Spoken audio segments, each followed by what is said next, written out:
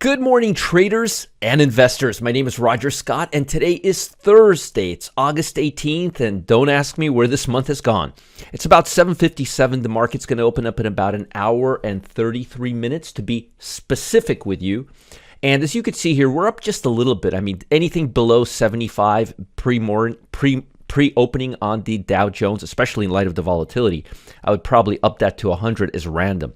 So this is just noise. We're going to get a better chance to see where the market does and what it happens after the market opens. And again, that'll be in a little over an hour and a half. As far as Fed data today, let me show you what's on the table. You've got jobless claims, Philadelphia Manufacturing Index, and existing home sales. Retail sales came out flat, and I'll talk about them in a minute, and I'll talk about the FOMC in just a minute. We'll get into all of that, plus earnings. But we've got jobless claims. This will be a very important number, especially in light of the fact that we had so many more people go to work from the employment data last week.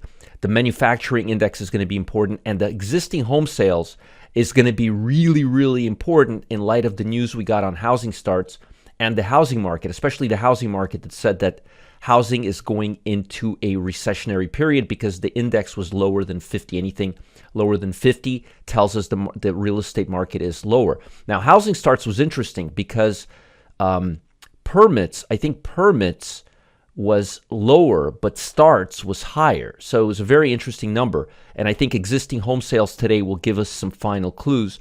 But I would not be surprised if the existing home sales number is going down in light of the aggressive interest rates. And we're also getting out of summer. Usually existing home sales pick up beginning of summer and really cool off end of summer, because by that time, people already bought their homes. They already need to know where the kids are going to school. They're already moving for the fall season. So this number, I'm not looking for any major surprises, but it'll be very interesting to see how these numbers come out. Existing home sales comes out half an hour after the market opens, but the manufacturing index, this will give us a good chain to see how the bottlenecks are impacting and how inflationary pressure are impacting manufacturing, and then again the jobless claims.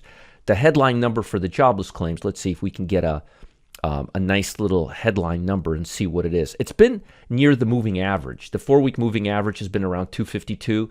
There's really nothing here unless the number goes to like 350 or 400,000. As long as it stays within the 4-week moving average, there's not going to be much impact on that. Again, Philadelphia manufacturing and then existing home sales is going to be the two big reports for the week, and that will cap off the week. Now, let's talk a little bit about global economy and earnings.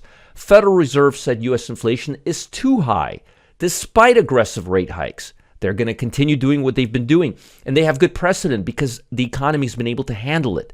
And CPI and PPI showing evidence they might have peaked, which can give them hope that what they're doing is also helping out and working. Notes, the minutes from the Fed released, the board meeting said inflation is unacceptably high, despite signs that U.S. economic growth is weakening. So board members saw little evidence inflation pressure is subsiding, which is one of the reasons why I've been so bullish on inflationary sectors like healthcare, consumer staples, energies, utilities, sectors that are not impacted by higher inflation as much. And anybody who thought this was behind us, folks, like I say, let's go to Alaska and let me sell you some ice. The U.S. Central Bank has hiked its lending rate twice this year by 0.75. That's triple its usual margin, but the market's been able to handle it. Forecasters say a hike of the same size is possible again, and I think they will do that, though likelihood has declined as data shown the economy weakening. It may be 0.50, 0.75. We're still in that ballpark. And the Commerce Department reported that July retail sales were flat compared with previous month, defying predictions of a slight increase. I don't know why they would think that.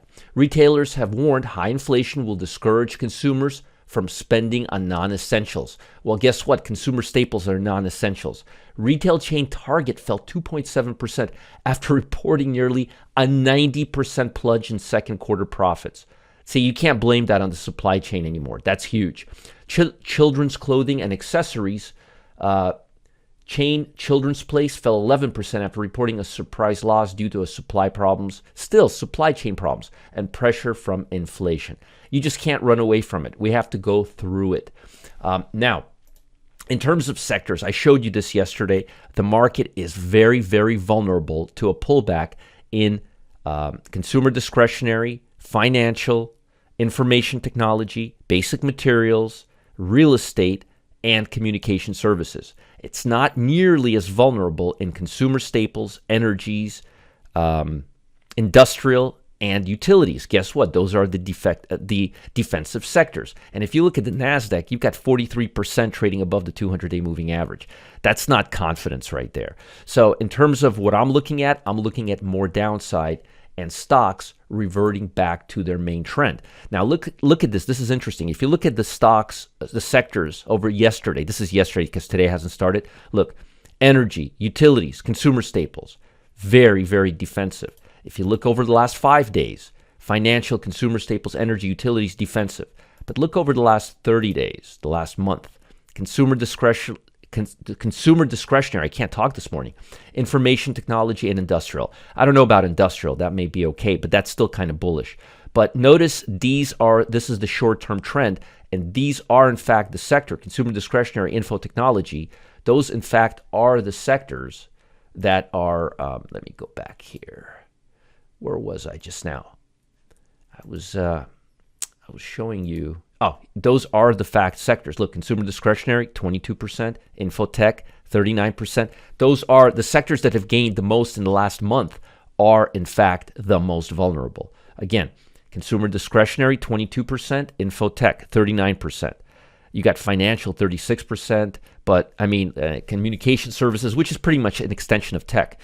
But the bottom line is the sectors that are most red are the ones that are showing the biggest increase over the last month. But I want to show you something interesting. And this is where the money is. This is Friday, August 12th, last Friday. Look at the number of stocks making 20-day highs and look at the number of stocks making 20-day lows. 589 to 13. Let's go back another day. 358 to 13. 478 to 13. 135 to 13. That's August 9th.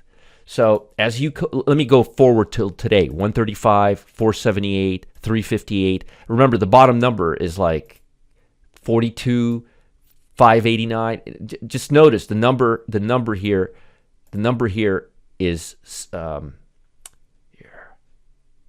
That's today. So if you go to yesterday, you'll see how big the number was. So all these stocks have been making 20-day breakouts, but no stocks have been making 20-day breakdowns. I mean, the ratio is like 10 to 1, 15 to 1. All of these stocks, if you go back to today, they're all coming back down. So all of these stocks have been making 20-day highs and causing the sectors, here, let me show you. Let me show you what I'm talking about. All of these stocks that have been causing these consumer discretionary technology to go up are now starting to cool off, because if you look at the stocks making 20-day highs, it's the tech and consumer discretionary. And we could see that based on the fact that they've been rushing up to the 200-day moving average, but they haven't broken out yet. Let me show you what I'm talking about. So 20-day breakouts. Look, Bed Bath & Beyond, Apple, Walmart, Wells Fargo, CSX, Boston, Ross Stores. See, there's a lot of discretionary stuff. TJ Maxx, 20-day breakouts. Look at this. Bed Bath & Beyond, Amazon, Walmart. See that? Macy's. These are the worst stocks. So I think we're going to see a reversal of the trend. And I think what we're ultimately going to see is the SPY. And I've been talking about this for a while now. Is the SPY revert back down to the base.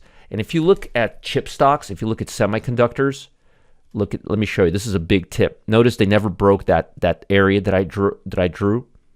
They never broke above that, and this tends to lead tech. And look at small caps right now. They also look like they're on the border. And I want to show you this. This is European small caps. They've been leading ahead of the pack. Look.